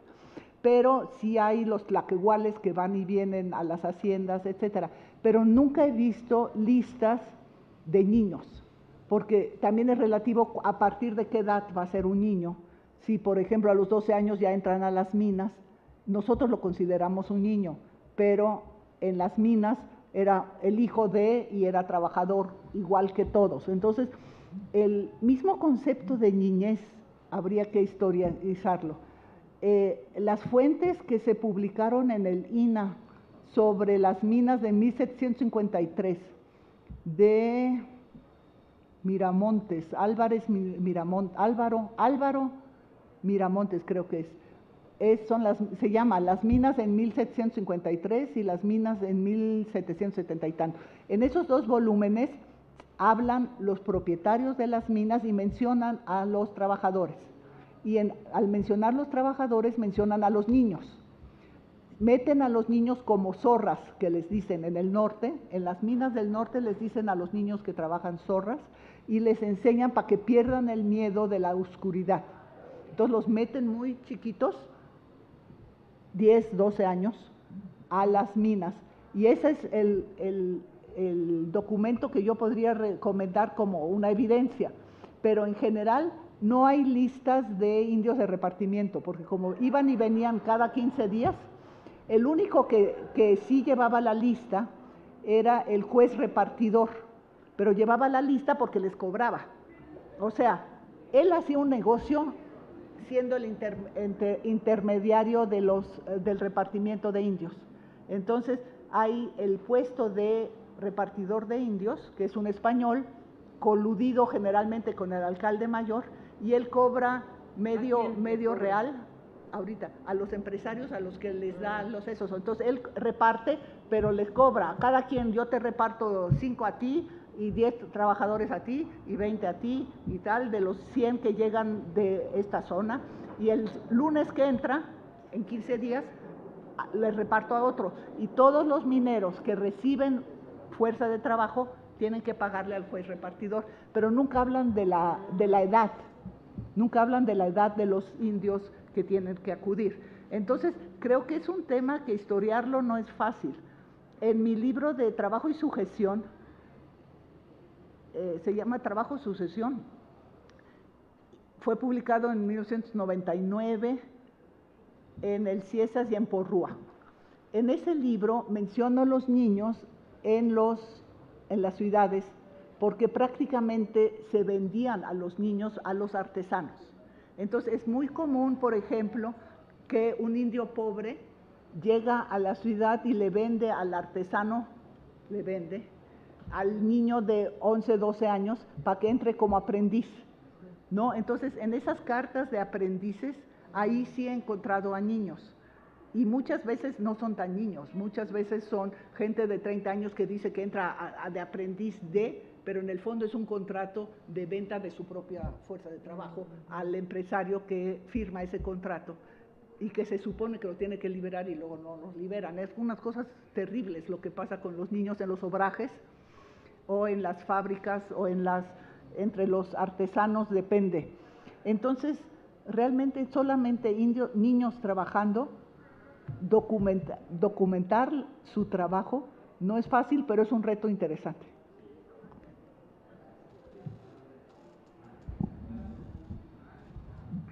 Gracias. Bueno, vamos a cerrar. Ahorita te doy la palabra, Raquel, pero antes nada más para que no quede ahí, también mandaron mensajes en línea de YouTube y Facebook. Erlán Bernal dice, interesante la investigación. ¿Puede explicar un poco más sobre el análisis de fuentes y cómo llegó al giro económico desde una postura marxista para estudiar la sociedad prehispánica? Y Berenice Cortés dice, doctora Brígida, su conferencia es muy enriquecedora. En los programas de estudio nos exigen tiempos de entrega cortos. ¿Cuál sería su recomendación para cubrir este amplio panorama en tiempos acortados? Estamos sobre tiempo, no sé si quieres responder algo así como breve. Sí, nada más muy brevemente a esta última pregunta. Yo creo que nos tenemos que resistir a los tiempos que nos imponen y a las condiciones que nos imponen en general. Entonces, en ese sentido, acotar un trabajo está bien y no hay una receta para acotar un trabajo académico, pero yo recomendaría planear un trabajo académico serio, amplio, que se tarde mucho tiempo y que sea muy bueno, y solamente entregar la parte acotada porque así lo exigen las circunstancias. Entonces yo creo que tenemos en general, y eso también va para los maestros y para los nuevos contratados y para todo, el sistema académico vigente planetario es muy poco académico en el sentido de que se vuelve burocrático y se vuelve tantas exigencias de tanto y tanto, entonces ya todo mundo dice, no, tengo que dirigir tantas tesis porque eso equivale a tanto y tengo que hacer tanto, entonces todo el mundo se vuelve mercader de estudiantes, mercader de direcciones de tesis, mercader de libros publicados, etcétera. Y eso es en contra de la seriedad académica. Entonces la seriedad académica es un buen trabajo, a veces tardado porque las fuentes no se pueden revisar tan rápidamente, y las lecturas teóricas no las entiende uno tan rápidamente tampoco, pero ante la necesidad de las contingencias que el Estado y la organización estatal mundial nos exige, nos tenemos que adaptar y trabajar en dos niveles, el verdadero, que es el serio, y aquel para sacar la talacha que nos exigen en el momento que necesitamos. Gracias.